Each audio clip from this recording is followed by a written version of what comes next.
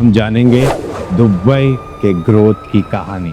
Dubai's real estate market is thriving. It has become the world capital of luxury housing. Dubai's favorable tax policies continue to attract international buyers.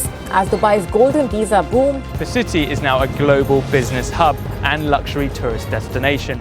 एक ऐसी detail कहानी जो आपने कभी नहीं सुनी होगी। दुबई आज ये एक ऐसा नाम है जो दुनिया के हर कोने में जाना जाता है। दुबई की पहचान इसकी लग्जरी, वेल्थ और इनोवेशन है। यहाँ दुनिया की सबसे ऊंची बिल्डिंग बुर्ज खलीफा आसमान को छूती है और पाम जुमेरा एक आर्टिफिशियल आइलैंड जो सैटेलाइट से भी क्लियरली विजिबल है। जहाँ के मॉल सिर्फ शॉपिंग के लिए नहीं बल्कि एंटरटेनमेंट, एडवेंचर और लग्जरी का एक अलग ही लेवल दिखाते हैं।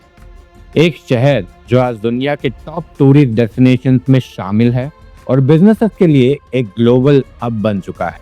लेकिन क्या आप सोच सकते हैं कि सिर्फ कुछ डिकेड पहले ये शहर एक रेगिस्तान था? जी हाँ, एक डेजर्ट ट्रेडिंग पोर्ट जहाँ के लोग फिशिंग और पर्ल डाइविंग जैसे ट्रेडिशनल ऑक्यूपेशन पर ही डिपेंडेंट थे। ना हाई राइजेस, ना वर्ल्ड क्लास इंफ्रास्ट्रक्चर और ना ही कोई ग्लोबल रिकॉग्नाइजेशन, सिर्फ एक एंडलेस डेजर्ट और एक छोटी सी कम्युनिटी। दुबई का सफर सिर्फ एक ट्रांसफॉर्मेशन नहीं, एक इंस्पिरेशन है। ये सफर हमें दिखाता है कि विजन, डिटर्मिनेशन और प्लानिंग के साथ कोई भी शहर या कोई भी कम्युनिटी या फिर कोई भी आइडिया दुनिया में कुछ भी अचीव कर सकती है। आज हम दुबई की एक एक्स्ट्रा ऑर्डिनरी ट्रांसफॉर्मेशन की डिटेल में बात करेंगे। कैसे ऑयल डिस्कवरी के बाद लीडरशिप ने सिर्फ ऑयल से रेवेन्यू पर फोकस नहीं किया बल्कि इंफ्रास्ट्रक्चर और इकोनॉमिक डाइवर्सिफिकेशन के लिए भी इन्वेस्ट किया। कैसे दुबई के आइकॉनिक आर्किटेक्चरल प्रोजेक्ट जैसे बुर्ज खलीफा, बुर्ज अल अरब और वर्ल्ड आइलैंड इंजीनियरिंग और एम्बिशन की नई मिसाल बन गए। कैसे दुबई टूरिज्म का एक ग्लोबल मैग्नेट बन गया जहां हर साल करोड़ के टूरिस्ट आते हैं।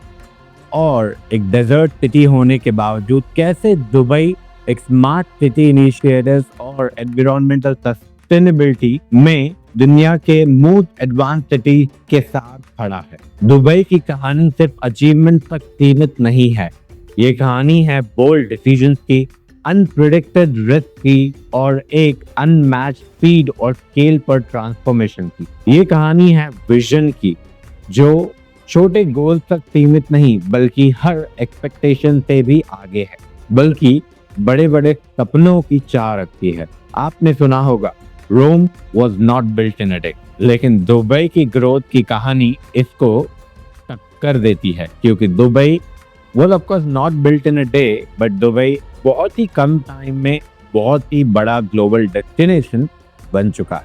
दुबई की ग्रोथ ने ये प्रूव कर दिया कि अगर डेडिकेशन और विजन सही हो तो इम्पॉसिबल चीजें भी अचीवेबल है।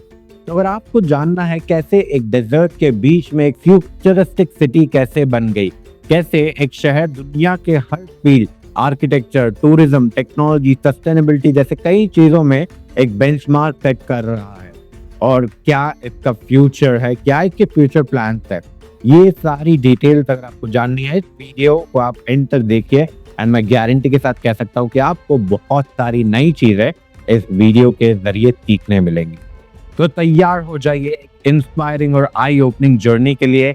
Let's dive deep into the fascinating world of Dubai incredible growth story. सबसे पहले हम बात करेंगे दुबई की शुरुआत। दुबई की कहानी 18वीं सेंचुरी में शुरू होती है जब ये एक छोटा सा फिशिंग विलेज था और अरेबियन गल्फ के किनारे बस गया था। इस वक्त दुबई का नाम ज्यादा नहीं था और ये बस एक छोटे सिंपल कोस्टल सेटलमेंट के ओर जाना जाता था जहाँ पे फिशिंग और पर्ल डाइविंग होती थी। 1833 में बनी आप ट्राइब और अल मक्तूम फैमिली ने दुबई में अपना बसेरा बनाया। शेख मक्तूम बिन बती अल मक्तूम जो अल मक्तूम फैमिली के फाउंडर थे, उन्होंने इस जगह को अपना सेंटर बनाया और किसी डेवलपमेंट के लिए काफी इंपॉर्टेंट डिसीजंस लिए। उन्होंने दुबई को एक इंडिपेंडेंट पोर्ट बनाया जो आगे चलकर ग्लोबल ट्रेडिंग रूट का पार्ट बना। शेख मक्तूम का विजन दुबई को एक ट्रेडिंग हब बनाने का था और उन्होंने अपने लीडरशिप से सिटी को ग्रो करने की डायरेक्शन दी। 19th सेंचुरी तक दुबई अपनी जियोग्राफिकल लोकेशन की वजह से एक इम्पोर्टेंट ट्रेडिंग हब बन गई जो एशिया, अफ्रीका और यूरोप को कनेक्ट करता था। इस दौरान दुबई की मेन इकोनॉमी का सोर्स थी पर्ल डाइविंग इंडस्ट्री। पर्ल न सिर्फ लग्जरी आइटम थे बल्कि एक इकोनॉमी का मेन पिलर भी थे।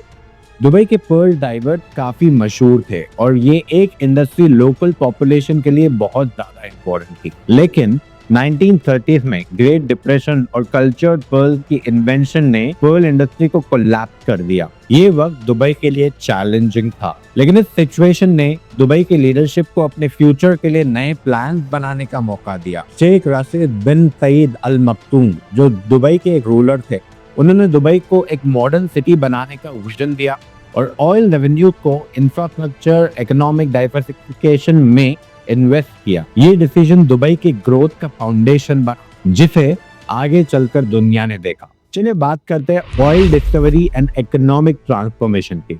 दुबई की ग्रोथ में ऑयल डिस्कवरी का बहुत बड़ा रोल है। 20th सेंचुरी के अर्ली ईयर्स में दुबई की इकोनॉमी तब भी पर्ल डाइविंग और फिशिंग पर डिपेंडेंट थी, लेकिन 1966 में दुबई में ऑयल रिजर्व की खोज हुई। वो मूवमेंट कंप्लीटली दुबई के लिए गेम चेंजर साबित हुआ।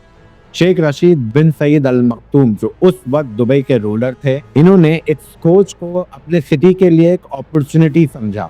उन्होंने क्विकली ऑयल रेवेन्यू को स्ट्रेटेजिक यूज करना शुरू किया और ये डिसीजन दुबई के इकोनॉमिक फ्यूचर को कंप्लीटली ट्रांसफॉर्म कर दिया। और ये इतने विजनरी थे कि तब जब ऑयल डिस्कवर हुआ तब उन्होंने कहा था कि दुबई को एक गुड न्यूज भी है, एक बैड न्यूज भी है। गुड न्यूज ऑफ कोर्स ये कि दुबई में ऑयल की डिस्कवरी हुई, बट बैड न्यूज ये कि ये ज्यादा नहीं है और ये बहुत ही लॉन्ग टर्म के लिए काम नहीं करेगा।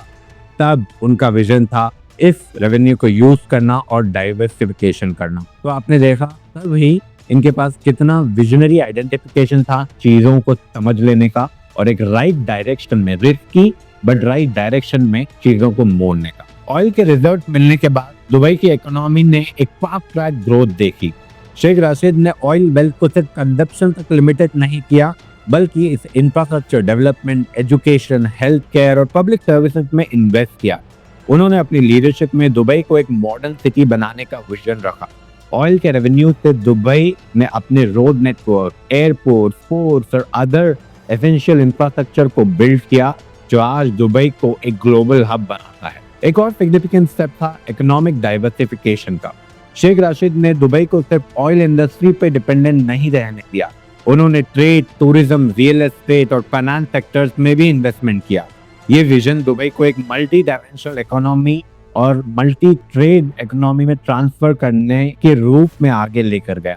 दुबई ने फ्री जोन बनाए जहां फॉरेन इन्वेस्टमेंट को एनकरेज किया गया और बिजनेसेस को इजीली सेटअप करने के लिए बहुत सारी फैसिलिटीज दी गई। ये मूव दुबई को बिजनेस हब बना गया और आज ये सिटी दुनिया के लार्जेस्ट ट्रेडिंग पोर्ट और फाइनेंशियल सेंटर्स में से एक है। ऑयल डिस्कवरीज ने दुबई को एक पावरफुल इकोनॉमिक इंजन दिया, लेकिन शेख राशिद और उनके सक्सेसर ने वेल्थ को वाइडली यूज करने के साथ उसे आगे का फ्यूचर डायरेक्शन देने का भी काम किया।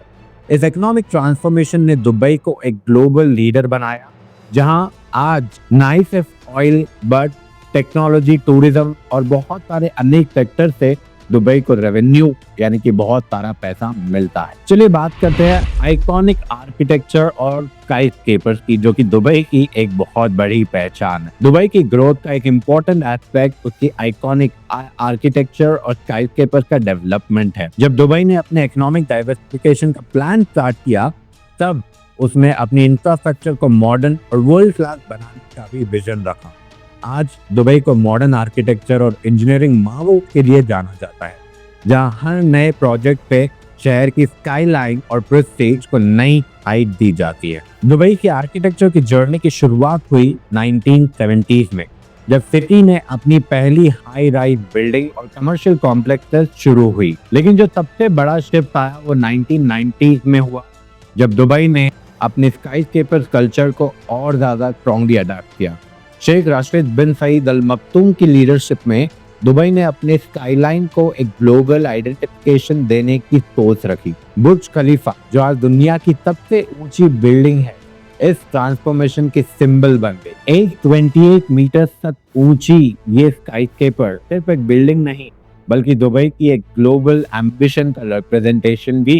इस कंस्ट्रक्शन ने दुबई को इंजीनियरिंग एक्सेलेंस का एग्जाम्पल बना दिया।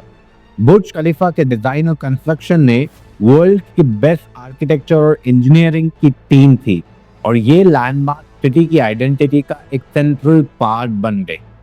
उसके बाद दुबई में बुर्ज अल अरब जैसे high and hotel, Atlantis, the palm and Dubai mall जैसे वर्ल्ड रिनाउंड शॉपिंग सेंटर भी बनाए गए, जो आर्किटेक्चर और लग्जरी का परफेक्ट ब्लेंड दिखाती है।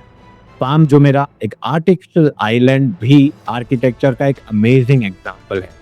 ये प्रोजेक्ट सिर्फ दुबई के स्काईलाइन और दुबई के इंफ्रास्ट्रक्चर को डिफाइन नहीं करती बल्कि ग्लोबल टूरिज्म और लग्जरी लाइफस्टाइल के सिंबल को भी बनाती है। दुबई ने हर बिल्डिंग को एक ऐसे फ्यूचरिस्टिक विजन के अंदर डिजाइन किया है जिसमें सस्टेनेबिलिटी और इनोवेशन का भी इम्पोर्टेंस है। The museum of the future जो एक टेक्नोलॉजिकल मास्टरपीस है, वो भी दुबई की ग्रोथ को बहुत अच्छे से दर्शाती है।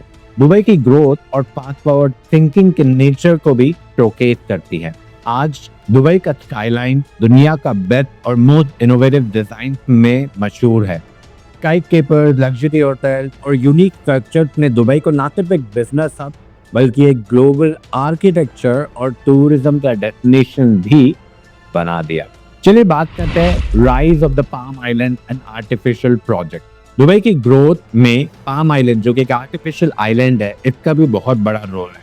दुबई का विजन सिर्फ अपने एग्जिस्टिंग रिसोर्सेज को यूज करके सिटी को डेवलप करना नहीं है बल्कि दुबई अपने कोस्ट लाइन को भी एक्सपैंड करने में फोकस करता है, इनोवेट करने में फोकस करता है और बहुत सारे ऐसे प्रोजेक्ट पे फोकस करता है जो फ्यूचर को दर्शाती है। ये प्रोजेक्ट दुबई की एक एम्बिशन पर बोल्डनेस का क्लियर प्रूफ है। पाम जुमेरा दुनिया का पहला और सबसे फेमस आर्टिफिशियल आइलैंड है। इस एम्बिशियस विजन का सबसे बड़ा एग्जाम्पल है। 2001 में नकील प्रॉपर्टीज ने पाम जुमेरा की कंस्ट्रक्शन शुरू की थी। इस आइलैंड का डिजाइन एक पाम ट्री के शेप में था जो दुबई के ट्रेडिशनल कल्चर को भी रिफ्लेक्ट करता है। ये आइलैंड एक मैन मेड वंडर जो पानी के अंदर ह्यूज अमाउंट ऑफ सैंड और रॉक को प्लेस करके बनाया गया था। पाम जुमेरा ने दुबई को एक ग्लोबल आइकन बना दिया और आज ये लग्जरी आइलैंड में एक अपनी बहुत ही गहरी पहचान बना चुका है। इसमें बहुत सारे होटल्स और रिजॉर्ट भी हैं। पाम जुमेरा के सक्सेसफुल कंप्लीशन के बाद दुबई ने अपने हॉरिजन को और भी एक्सपैंड किया। पाम जमेल और बहुत सारे अन्य फ्यूचरिस्टिक प्रोजेक्ट भी लॉन्च किए गए जो दुबई के कोस्टलाइन को और भी एक्सटेंड करती है। ये प्रोजेक्ट दुनिया का सबसे बड़ा आर्टिफिशियल आइलैंड बनाने का चैलेंज था और इन्होंने दुबई को एक new level of global attention दिलाया। पाम आइलैंड के अलावा दुबई ने द वर्ल्ड आइलैंड भी बनाए जो एक और massive man made island project है। ये आइलैंड जो वर्ल्ड मैप के शेप में डिजाइन किए गए हैं एक यूनिक डेवलपमेंट को शोकेस करते हैं। हर आइलैंड ने एक अलग कंट्री या कॉन्टिनेंट को रिप्रेजेंट किया है और ये दुबई को एक टूरिज्म और रियल एस्टेट डेस्टिनेशन बनाने का बड़ा प्लान। इन आर्टिफिशियल प्रोजेक्ट्स ने दुबई को ना ही सिर्फ एक एक्सपेंशन और एक मॉडर्न सिटी बनाया बल्कि एक ग्लोबल डेस्टिनेशन भी बनाया और इसको और भी एक्सपेंड करने की चाह रखता है। ये प्रोजेक्ट दुबई के आर्टिफिशियल इनोवेशन और इंजीनियरिंग एक्सेलेंस का प्रूफ है। इन प्रोजेक्ट की वजह से दुबई ने अपनी स्काईलाइन को रीशेप किया, अपने आइलैंड को रीशेप किया और अपने कोस्टल इंफ्रास्ट्रक्चर को भी एक इंटरनेशनल लेवल पर ले गया। पाम आइलैंड और बाकी बहुत सारे आर्टिफिशियल प्रोजेक्ट्स ने दुबई को ना सिर्फ एक टूरिज्म मैग्नेट बना दिया बल्कि इसने दुबई को एक बिजनेस और लग्जरी डेस्टिनेशन भी बना दिया। ये प्रोजेक्ट हर एस्पेक्ट में सस्टेनेबिलिटी, टेक्नोलॉजी और एनवायरनमेंट कंसिडरेशन के साथ बनाए गए हैं जो दुबई के फास्ट फॉरवर्ड थिंकिंग को और भी नई हाइट दिलाती है। आज पाम जुमेरा जैसे प्रोजेक्ट दुबई की आइडेंटिटी का इंटीग्रल पार्ट है और ग्लोबल टूरिज्म और रियल एस्टेट इंडस्ट्री में एक बड़ा बेंचमार्क बनाती है। चलिए बात करते हैं बुर्ज खलीफा और उसकी ग्लोबल सिग्निफिकेंस की। बुर्ज खलीफा ना सिर्फ दुबई का बल्कि पूरे दुनिया का एक आइकॉनिक सिंबल है। जब बुर्ज खलीफा की कंस्ट्रक्शन 2004 में शुरू हुई थी और 2010 में ये जाके ऑफिशियली कंप्लीट हुई। तब ये सिर्फ एक स्काईस्केपर नहीं बल्कि दुबई की इकोनॉमिक सक्सेस और एम्बिशन को रिप्रेजेंटेशन बनाने का एक जरिया था। जैसे कि मैंने आपको बताया 828 मीटर की हाइट के साथ बुर्ज खलीफा दुनिया का सबसे ऊंची बिल्डिंग बन चुका है और इसके डिजाइन, इंजीनियरिंग और कंस्ट्रक्शन में दुनिया के बेस्ट आर्किटेक्चर और इंजीनियर ने काम किया है। चलिए कुछ इंपॉर्टेंट नाम बताता हूँ। एडम स्मिथ जो स्किडमोर, ओवेन और मिलर के आर्किटेक्ट थे, इन्होंने बुर्ज खलीफा को डिजाइन किया। इस बिल्डिंग का डिजाइन दुबई के कल्चरल एलिमेंट पर ट्रेडिशनल इस्लामिक आर्किटेक्चर से इंस्पायर हुआ था, लेकिन उसमें मॉडर्निटी और फ्यूचर ओरिएंटेड थिंकिंग का भी ब्लेंड किया गया था। बुर्ज खलीफा का इम्पैक्ट दुबई के लिए बहुत ज्यादा अच्छा साबित हुआ। पहली बार इस बिल्डिंग ने दुबई को एक ग्लोबल अटेंशन दिलाया। जब ये स्काईस्केपर कंप्लीट हुआ तो दुनिया के हर कोने से टूरिस्ट और बिजनेस लीडर इस बिल्डिंग को देखने आए। ये बिल्डिंग न सिर्फ आर्किटेक्चरल मार्वल थी बल्कि दुबई को एक इकोनॉमिक डेवलपमेंट, टेक्नोलॉजिकल और एडवांसमेंट और इंजीनियरिंग एक्सेलेंस को भी शोकेस कर रही थी। बुर्ज खलीफा की कंस्ट्रक्शन दुबई को एक ग्लोबल बिजनेस हब बनाने में मददगार साबित हुई। इस बिल्डिंग ने न सिर्फ दुबई की स्काईलाइन को रीडिफाइन किया बल्कि ये सिटी को लग्जरी रियल एस्टेट और इंटरनेशनल ट्रेड की सेंटर भी बनाती गई। बुर्ज खलीफा के आसपास का एरिया डाउनटाउन दुबई अब दुनिया के सबसे एक्सपेंसिव और एक्सक्लूसिव लोकेशंस में से एक बन चुका है, जहां लग्जरी होटल, शॉपिंग मॉल और अनेक ऑफिसेस इसकी पहचान है। बुर्ज खलीफा का सिग्निफिकेंट टूरिज्म में भी बहुत बड़ा योगदान। ये बिल्डिंग अब दुबई का मेन टूरिस्ट अट्रैक्शन है, जहां लोग आते हैं इसको देखने के लिए कि डेक पे दुनिया के सबसे ऊंची बिल्डिंग पे अपना एक्सपीरियंस लेने के लिए और अपने दुनिया को बताने के लिए। इसके सबसे ऊपरी डेक पर जहां एक सिटी की स्टनिंग व्यू दिखाई देती है, उसके अलावा बुर्ज खलीफा दुबई की ब्रांड आइडेंटिटी को भी रिप्रेजेंट करता है। लोग जो टूरिस्ट इस पे जाते हैं वो उनकी सक्सेस को दुनिया में बताने के लिए भी डिफाइन करता है। ये बिल्डिंग ना सिर्फ एक आर्किटेक्चरल वंडर है बल्कि दुबई का फ्यूचरिस्टिक विजन और इनोवेटिव स्पिरिट को भी रिप्रेजेंट करता है। बुर्ज खलीफा का इन्फ्लुएंस इंटरनेशनल लेवल पर भी है। ये building global real estate trend में एक बड़ी बेंचमार्क बन गई है। दुबई ने बुर्ज खलीफा को इस तरह से डेवलप किया है कि ये ना सिर्फ एक टॉल बिल्डिंग, बड़ी बिल्डिंग, बल्कि एक सस्टेनेबल, इको फ्रेंडली और स्मार्ट बिल्डिंग भी है। इसमें एडवांस टेक्नोलॉजीज और ग्रीन बिल्डिंग स्टैंडर्ड का भी यूज हुआ, जो दुबई की फ्यूचर ओरिएंटेड थिंकिंग को बहुत अच्छे से रिफ्लेक्ट करती है। बुर्ज खलीफा का इम्पोर्टेंस सिर्फ उसकी हाइट तक लिमिटेड नहीं है, बल्कि ये global economy, tourism, real estate और टेक्नोलॉजिकल एडवांसमेंट में भी दुबई की पोजीशनिंग को एक बहुत अच्छी तरीके से हाईलाइट कराती है। आज बुर्ज खलीफा दुनिया भर में दुबई का एक सिंबल है और इस बिल्डिंग की दुबई में अपनी प्रेजेंस को बहुत अच्छे से बढ़ाया और ये आगे भी बढ़ाता रहेगा, क्योंकि आने वाले सालों में किसी भी देश के पास कोई ऐसा प्लान नहीं है जो दुबई की बुर्ज खलीफा को टक्कर दे सके। बहुत सारे दूसरे कंट्रीज के द्वारा ऐसे प्लान रखे गए बट वो बीच में ही रुक गए। आप क्या अगर जानना चाहते हो कि और कौन से ऐसे बिल्डिंग का प्लान दुनिया में मौजूद है जो कंट्रीज या फिर बिजनेस सोच रही है इम्प्लीमेंट करने का, जो कल को दुबई के बुर्ज खलीफा को टक्कर दे सकता है, अगर आपको इस बारे में और डिटेल में जानना है तो मुझे कमेंट में बताइए, मैं आपको उस बारे में एक डिटेल वीडियो बना के बताऊँ। चलिए अभी के लिए नजर डालते हैं दुबई कैसे एक स्ट्रेटेजिक लोकेशन और एक ट्रेड हब के रूप में बदल गया। और हाँ, आपको अगर ये वीडियो अच्छी लग रही है तो प्लीज इस चैनल को सब्सक्राइब करिएगा, आगे पहुंचाइएगा, इससे मुझे मोटिवेशन मिलेगा आप सबके लिए बहुत अच्छी डिटेल एजुकेशनल वीडियो बना। चलिए टॉपिक पे वापस आते हैं और बात करते हैं। दुबई की स्ट्रेटेजिक लोकेशन ने इसे ग्लोबल ट्रेड हब बनाने में बहुत इंपॉर्टेंट रोल प्ले किया है। ये सिटी एशिया, अफ्रीका और यूरोप के बीच एक परफेक्ट लोकेशन में स्थित है, जो इसे इंटरनेशनल ट्रेड के लिए एक आइडियल गेटवे बनाती है।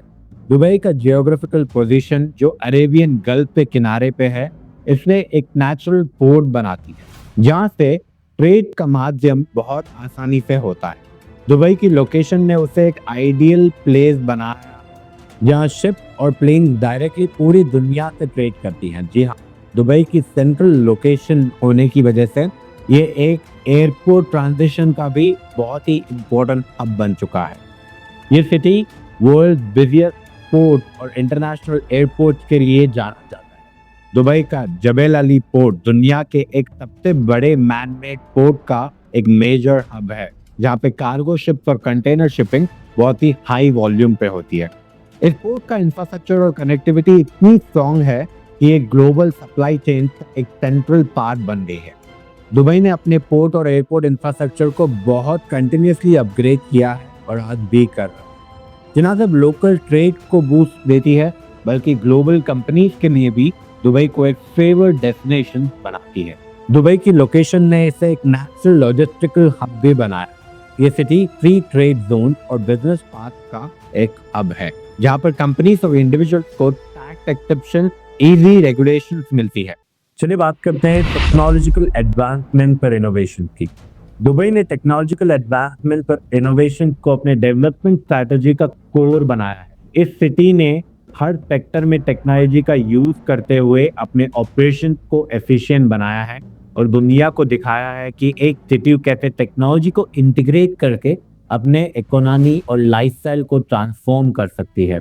इस सिटी ने अपने इंडस्ट्री को भी बहुत ज़्यादा मॉडर्नाइज किया है।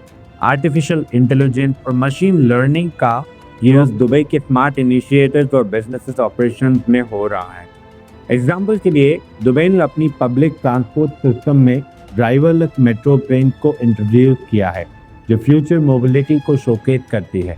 दुबई की सेल्फ ड्राइविंग कार और रोबोटिक डिलीवरी सिस्टम्स भी इसकी टेक्नोलॉजी इनोवेशंस का प्रूफ है।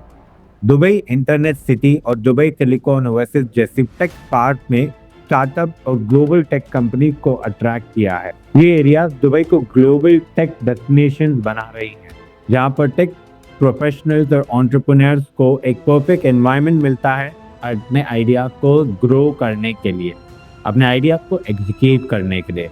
दुबई की डिजिटल इकोनॉमी ने टेक ड्रिवन इंडस्ट्रीज जैसे फिनटेक, ई कॉमर्स और साइबर सिक्योरिटी को भी अपने ग्रोथ को पावर फॉरवर्ड करने के लिए मदद लिया है। दुबई ने अपना एक्सपो 2020 से भी टेक्नोलॉजी को बहुत ही अच्छे से प्रदर्शित किया है, जहाँ पर फोर्थ इंडस्ट्रियल रेवोल्यूशन टेक्नोलॉजी जैसे ब्लॉकचेन, स्मार्ट सिटीज और एआई पावर्ड सिस्टम को शोकेस किया गया। ये इवेंट दुबई की टेक्नोलॉजिकल लीडरशिप को प्रूव करता है। दुबई ने अपने 5G नेटवर्क, स्मार्ट होम्स और डिजिटल गवर्नमेंट सर्विसेज के थ्रू अपने अर्बन डेवलपमेंट और क्वालिटी ऑफ लाइफ को नेक्स्ट लेवल बना दिया है। दुबई का टेक्नोलॉजिकल एडवांसमेंट में उसे ग्लोबल इनोवेशन के सेंटर के रूप में पिक्चर किया है, जहाँ पर टेक्नोलॉजी सिर्फ डेवलपमेंट का टूल नहीं है बल्कि सिटी का एक एसेंशियल एस्पेक्ट भी है। और बात करते हैं गहराई से सस्टेनेबल प्रोजेक्ट और कुछ ग्रीन इनिशिएटिव की। दुबई ने अपने फ्यूचर को सस्टेनेबल और ग्रीन रखने के लिए इम्पोर्टेंट प्रोजेक्ट पे काम किया है। ये इनिशिएटिव्स दुबई को एक एनवायरमेंटली रिस्पॉन्सिबल सिटी बनाने में मदद कर रही हैं, जहाँ पर इको फ्रेंडली प्रैक्टिस और सस्टेनेबल डेवलपमेंट को प्रायोरिटी दी जा रही है।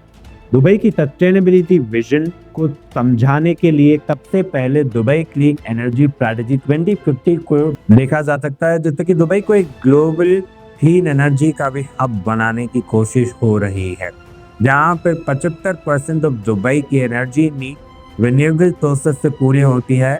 इसके लिए दुबई ने सोलर पावर और विंड एनर्जी प्रोजेक्ट को मेजर स्केल पर भी इम्प्लीमेंट किया है। मोहम्मद बिन रशीद अल मक्तूम सोलर पार्क दुबई का एक लार्जेस्ट रिन्यूएबल एनर्जी प्रोजेक्ट बना रहे हैं, जो दुबई की क्लीन एनर्जी गोल को अचीव करने में अच्छी तरीके से मदद दे सकता है। दुबई की ग्रीन बिल्डिंग इनिशिएटिव भी सस्टेनेबिलिटी के लिए इम्पोर्टेंट है। दुबई ने अपने कंस्ट्रक्शन प्रैक्टिसेस को ग्रीन स्टैंडर्ड के अंडर अलाइन किया है, जिसने energy efficient building, smart water management systems, recycling technology जैसी अन्य चीजें शामिल है। ये इनिशिएटिव दुबई को एक इको फ्रेंडली सिटी बनाने की डायरेक्शन में लेकर जा रही है। दुबई ने सस्टेनेबल ट्रांसपोर्टेशन को भी अपनाया है और उसको भी प्रायोरिटी एरिया में रखा है। सिटी में इलेक्ट्रिक व्हीकल्स और हाइब्रिड कार्स को प्रमोट किया है और अपने पब्लिक ट्रांसपोर्ट सिस्टम में इलेक्ट्रिक बसेस से ड्राइवरलेस व्हीकल्स को इंट्रोड्यूस किया है। दुबई मेट्रो और पब्लिक बाइक जैसे सस्टेनेबल ट्रांसपोर्ट सिस्टम्स में सिटी के कार्बन फुटप्रिंट को सिग्निफिकेंटली रिड्यूस किया है। दुबई का दुबई सस्टेनेबल टूरिज्म प्रोग्राम भी एनवायरमेंट फ्रेंडली टूरिज्म को प्रमोट कर रहा है, जिससे eco friendly hotel, zero waste event और सस्टेनेबल टूरिज्म एक्टिविटीज को एनकरेज किया जा रहा है। इसमें ग्रीन इनिशिएटिव के जरिए दुबई अपनी सस्टेनेबल फ्यूचर और एक नई पहचान की ओर आगे बढ़ रहा है। इन कार्य के थ्रू दुबई अपने एनवायरमेंटल रिस्पॉन्सिबिलिटीज को भी फुलफिल कर रहा है और अपने ग्रीन प्रोजेक्ट्स को बहुत ही तेजी से आगे बढ़ा रहा है, जहाँ पे फ्यूचर में ग्रीन प्रोजेक्ट के लिए भी जाना जाएगा। चलिए बात करते हैं कल्चरल ग्रोथ की। दुबई की कल्चरल ग्रोथ का एक इम्पोर्टेंट एस्पेक्ट है उसकी ओवरऑल डेवलपमेंट। ये सिटी अब अपने आर्ट, म्यूजियम और हेरिटेज को भी ग्लोबल स्टेज पर शोकेस करने की तरफ एक्टिवली काम कर रहा है। दुबई की कल्चरल इनिशिएटिव न सिर्फ टूरिज्म को एक एनहांस रूप में बताती है, बल्कि ये सिटी को एक ग्लोबल कल्चरल हब भी बना सकती है। दुबई में अपनी कल्चरल आइडेंटिटी को डेवलप करते हुए म्यूजियम, आर्ट और एग्जीबिशन के इंफ्रास्ट्रक्चर को बना रहा है, जहाँ पर विजिटर को मिडिल ईस्टर्न और ग्लोबल आर्ट और हिस्ट्री का एक्सपीरियंस मिलता है। दुबई का लव यू म्यूजियम, जो पेरिस के लव यू म्यूजियम का एक्सटेंशन है, इस सिटी की आर्ट सीन का एक फ्लैगशिप प्रोजेक्ट है। ये म्यूजियम जो 2017 में ओपन हुआ था, इसने पेरिस के लव यू म्यूजियम के साथ पार्टनरशिप में बनाया गया है और ये आर्ट लवर्स को वर्ल्ड क्लास आर्ट कलेक्शन और एग्जिबिट ऑफर करता है। इसके अलावा दुबई ओपेरा एक और लैंडमार्क प्रोजेक्ट है जो कल्चरल और आर्टिस्टिक परफॉर्मेंसेस का सेंटर बन गया है। ये मल्टीपर्पज वेंचर है जो बैलेट, ओपेरा, कॉन्सर्ट्स और थिएटर परफॉर्मेंसेस होस्ट करता है, जहां पर लोग ग्लोबली रिनाउंड आर्टिस्ट को देख सकते हैं। दुबई ने अपने हेरिटेज और ट्रेडिशंस को प्रिजर्व करने के लिए भी एफर्ट किए हैं। अल फैज़ हिस्टोरिकल नेबरहुड और दुबई म्यूजियम जैसे कल्चरल साइट लिटरस ऑफ सिटी के हिस्टोरिक और बैकग्राउंड को बताने में बहुत ही ज़्यादा मदद करती है। दुबई में अपनी कल्चरल हेरिटेज को हाईलाइट करते हुए आर्ट फेस्टिवल्स और एग्जीबिशन के द्वारा बहुत अच्छे से इन सारी चीज़ों का रिप्रेजेंटेशन किया है। दुबई का कल्चरल ग्रोथ ना सिर्फ उसकी मॉडर्निटी को रिफ्लेक्ट करता है, बल्कि ये सिटी अपने रिच हिस्ट्री और कल्चरल डाइवर्सिटी को सेलिब्रेट करता है, जिससे ये एक बहुत ही अच्छा रिप्रेजेंटेशन देती है पूरे दुबई को। आज दुबई आर्ट और कल्चरल के फील्ड में भी परमानेंट प्लेयर बनता जा रहा है। ये दुबई दुनिया के लिए लीडिंग कल्चरल डेस्टिनेशन में शामिल हो रहा है। चलिए बात करते हैं Dubai vision of 2030 and beyond.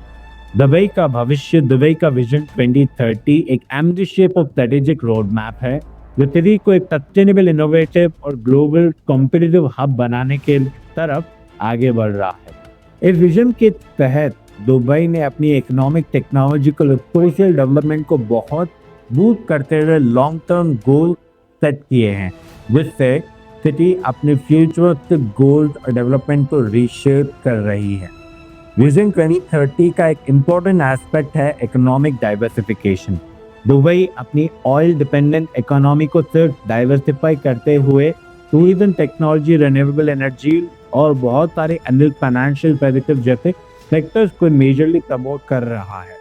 इसका गोल है दुबई को एक ग्लोबल लीडर बनाना, जहां डिजिटल इकोनॉमी और स्मार्ट सिटी टेक्नोलॉजी इसका आइडेंटिफिकेशन रहेगी। दुबई ने ऑलरेडी अपने स्मार्ट सिटी प्रोजेक्ट में 5G इंफ्रास्ट्रक्चर तो सस्टेनेबल डेवलपमेंट इनिशिएटिव कर लिए हैं, जिससे ये टेक्नोलॉजिकल ग्रोथ की तरफ बहुत ही तेजी से आगे बढ़ रहा है। दुबई का सस्टेनेबल अर्बन डेवलपमेंट भी विजन 2030 का मेजर पिलर है। ये सिटी अपनी क्लीन एनर्जी, हेल्थ इंफ्रास्ट्रक्चर और इको फ्रेंडली ट्रांसपोर्टेशन सिस्टम को फ्यूचर प्रूफ बना रही है। दुबई का मोहम्मद बिन रशीद अल मक्तूम सोलर पावर और Dubai clean energy sustainability strategy 2050 की विजन का हिस्सा है। दुबई का फ्यूचर ग्रोथ और टेक्नोलॉजिकल एडवांसमेंट और सस्टेनेबल डेवलपमेंट के मिक्स पर फोकस करता है इसका विजन। विजन 2030 दुबई को सिर्फ एक लग्जरी डेस्टिनेशन नहीं बल्कि एक ग्लोबल लीडर बनाने का प्लान है। स्मार्ट सिटी, रिन्यूएबल एनर्जी और टेक्नोलॉजिकल ड्रिवन सर्विसेज में अपनी लीडरशिप एस्टैब्लिश करेगा। इस विजन के तहत दुबई अपनी एंटरप्रेन्योर स्पिरिट, इनोवेटिव प्रोजेक्ट और कॉम्पिटेंसी को दुनिया में स्थापित करेगा बहुत ही अच्छे तरीके से। कंक्लूजन में मैं कहना चाहूंगा, दुबई की ग्रोथ हमें ये सीख देती है कि clear vision, strategic planning, innovation और सस्टेनेबिलिटी से किसी भी कंट्री को ग्लोबल लीडर बनाया जा सकता है। ये सारी केस स्टडी और video student, business owner, MBA graduate, तो बहुत सारे अनेक करियर ओरिएंटेड लोगों को बहुत ही इम्पोर्टेंट रूप में लेसन दे सकती है। तो ये थी दुबई की ग्रोथ स्ट्रैटेजी। होप आपको इस वीडियो से बहुत सारी नई चीजें सीखने को मिली। इस वीडियो को अपने खासकर बिजनेस पर करियर ओरिएंटेड फ्रेंड के पास शेयर जरूर करिए, जिससे कि आप और पेडिग्री लेवल पर डिस्कशन कर सकते हैं। और ज़्यादा चीज़ें जानने के लिए मैंने डिस्क्रिप्शन में कुछ बहुत ही अमेजिंग केस स्टडी व स्टडी मटेरियल को अपडेट कर लिया है, इसे भी आप चेक करना मत भूलिएगा। और हाँ, अभी इस चैनल को लाइक करें, सब्सक्राइब करें। मेरा नाम है करण दुरानी और मैं मिलूंगा आपसे अगली वीडियो में। Thank you.